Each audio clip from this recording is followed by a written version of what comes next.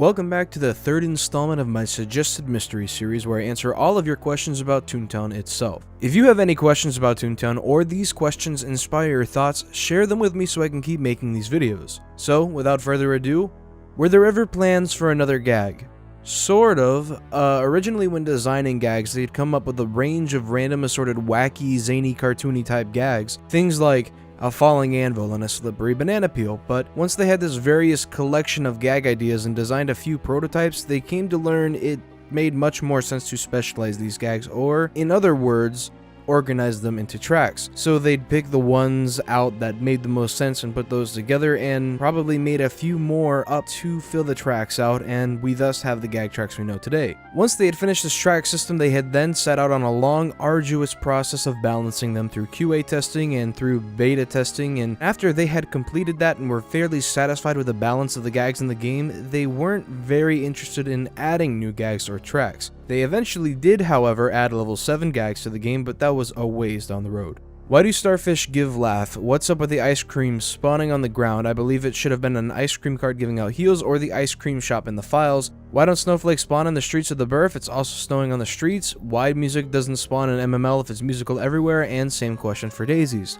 Well, the fact of the matter is it's just a game balance thing. Originally, in early versions of Toontown, every playground had actual treasure boxes lying around instead of themed treasures solely for a quick way to heal once you've gotten back to the playground after winning or losing a battle. That also explains the reasoning for it not spawning on the streets despite the obvious connection with the themes and how it would be logical for it to spawn on streets. But it's just a balance thing. They don't want you to be able to heal on the streets. I'm not sure why specifically ice cream, but I'm guessing it's most likely just the most reasonable thing they could have come up with that makes sense for a Toontown Central treasure. The idea of them on the ground is so that it's spread out and it's available to find all over the playground, not in a cart or something that's crowded. You have to do just a little work to get the treasures, like finding your own little treasure. How do you think the go-to button works whenever you teleport to a friend or another playground? Well, it all relies on portable holes. It's a fancy invention from Gyro Gearloose. It essentially comes from recycled materials creating a black hole that can teleport a toon anywhere they previously knew how to get to. Think of it as a wormhole of sorts. It connects 2 points, one being where you're at, and the other being at the approximate location your toon believes your friend is at. It's a nice feature in the game either way, as having to walk yourself to your friends would get old quick. So even if we don't fully understand it in a toony logic way, best not to question it too much and enjoy the ease we get from the portable holes. Why weren't there unlimited friends lists like in Twitter or Facebook? 2 reasons. The first being having a ton of friends gets hard to manage and gets unorganized quickly. Though in Corporate Clash you can have up to 300 friends, but good luck filling that out and organizing all 300 if you reach that. In TTR you can have up to 100. The main reason you can't have unlimited friends or much more than even the 300 that Corporate Clash will have is simply because having that many friends on your list will actually lag your game extremely hard. It's just an unfortunate side effect from how friends lists work. Where do toons get all their Jellybeans from? There's actually a trading card that explains just that. Goofy himself made a mistake in ordering and delivering 2 machines, those being a coin press and a Jellybean machine. Goofy thought the Toontown Mint was a place where mint candies were made, so he sent the Jellybean machine to the mint and sent the coin press to the candy factory. So toons ever since have used Jellybeans as currency and eat delicious chocolate coins as a treat. Do cogs get rebuilt when they get defeated, or do they just die forever? There's no specific canon that describes this, but I think the promotion theory and the cog factory somewhat explain this. There's always a constant supply of cogs being created and sent out from the factory, and most likely wherever cognation is. And toons also often collect cog ears or sprockets and things like that from the cogs when defeating them, so I think it's safe to say when they explode forever, and the constant supply of cogs keep coming in to replace them. One thing I always wondered is when a toon is captured, what do they do with them after draining all their laugh? They put them in cages, but beyond that, what happens to them? Do they just leave them there? Do they use them as a resource, or do they turn them into something else, like a business toon or a toony cog? Good question. I think they either keep them as some sort of asset, whether it's bargaining or not, or using them for some sort of unexplained gain. It's something a storyline could really develop. Apparently in the TTR storyline, Slappy is captured by cogs and eventually deemed no longer a valuable asset and gets erased by the cogs. So perhaps if toons don't rescue other toons in time, the cogs eventually grow bored or feel they're not valuable and erase them when they're just not a valuable asset anymore. Dark, isn't it? Why are Goofy Speedway and Chippendale's Acorn Acres the only playgrounds you get automatic teleportation to when you visit them? I think in a non-storyline way, it's because they're not true, fully developed playgrounds and just minigame areas, so it just makes the most sense to allow instant access to those. In a storyline aspect, TTR has it as the Toon Council doesn't want to allow Toons teleport access without working for it. But since these places don't need you to help with tasks like a regular playground because they don't have shopkeepers or streets, perhaps that's why you can just teleport straight there. And also, side note, the Toon Council doesn't allow specific teleporting to things like specific buildings, so darn Toon Council. Whatever happened to the Silly Meter? The Silly Meter was always kind of designed apparently to be a seasonal type addition to add to the game. I think it's not in TTR simply due to either coding it over the years or waiting for some kind of storyline to line up properly. Why does Donald have 2 playgrounds? The real reason Donald has 2 playgrounds is solely because Jesse Shell felt it was the most appropriate in relation to the story of the characters. There were plenty of sleepwalking Donald commercials as well as his iconic boathouse, so it just made sense to give both of those playgrounds to Donald.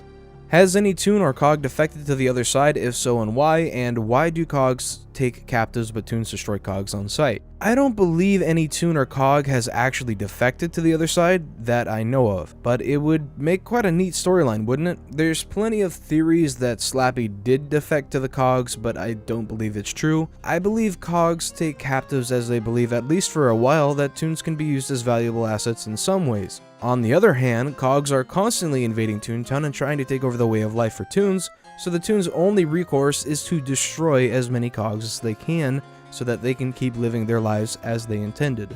Is there any history about unreleased trolley games such as Dodge-A-Cog, which I believe was seen as an early version of catching game or Toon Escape, you could cover? So here's what I think about Dodge-A-Cog. I think the long-time myth or rumor about it being an unreleased trolley game is untrue. It's in the game right now as far as I'm concerned. In the September 10th, 2002 update, Dodge-A-Cog was added with this description: collect the candy but stay away from the cogs, clear the entire level for a bonus. Now, it may not be candy anymore and there may be no mention of the setting, but doesn't it sound familiar to an existing game? It sounds an awful lot to me like Maze Game, or even just an early version of it, so that's just what I kind of assume Dodge-A-Cog is. 1. What did the bird look like before it froze? And 2. Why don't the gag shops accept refunds? They don't give Jellybeans back, but you can sell gags. There's storyline that Gyro Gearloose invented the super duper air conditioner which set off an eternal winter in the Brrrgh and froze everything over and made it snowy. So by that logic and looking how it is, you could assume that it was maybe even like Donald's Dock, or maybe some sort of spring-type pond area, or potentially even like some sort of desert. As for gag shops, gags are like cars. You buy them and then they lose a bunch of value, especially the pies and cakes. Nobody wants to buy back old cakes, and they're normally only 1 Jellybean a pop, so they're next to worthless after selling it at that price already. Are there / were there plans for real-time battles instead of turn-based battles? Originally, when Toontown Online was being developed, they had planned for real-time battling, but they decided that turn-based would fit the platform much better, but they always have said after the fact that it would have been much easier if they had gone the real-time route. Why doesn't Mickey help defeat Cog since he's there? Well, Mickey is the mayor of Toontown. Unfortunately, while he could probably be a big help, mayors aren't the ones usually put out on the front lines of battle. Just look at your own mayors, senators, governors, or even presidents. You wouldn't send them out on a dangerous journey, would you? Why do certain buildings like the school and TTC or the library have nothing of what they suggest in them, i.e. Toon School not having classroom setup and the ability to pick a course on gag training or anything like that? I wondered this a time or two myself, and the fact of the matter is it comes down to it just being an aesthetic decision. The team didn't decide to do any development with these buildings, but it would have been cool, and I personally do think that they do deserve some sort of development for how important in appearance those buildings seem to be. How would there be a PvP if toons aren't affected by gags? Well, the most common idea I have that I think could work theoretically is toons starting at 1 laugh point. Then you grab gags and you use them on each other as a tune-up style game. It's almost like a reverse PvP. The objective would be to tune each other up fully until you're the last one standing. Where did toons come from? I think a lot of people say toons are like a drawing, and when a toon arrives, they're being drawn or introduced into the cartoon. But storyline-wise, it's always explained as the toons moving into town, or just that there's a new toon in town. Whether it's drawing or some Foster's Home type situation, it's probably just in the eye of the beholder. So, that about wraps it up for this time. Thank you all for the questions, and hopefully you all enjoyed it, and if you have questions for me, leave them in the comments and I'll be sure to go over them as I work on suggested topics for. Thank you guys, and as always, I'll see you all next time in my next video.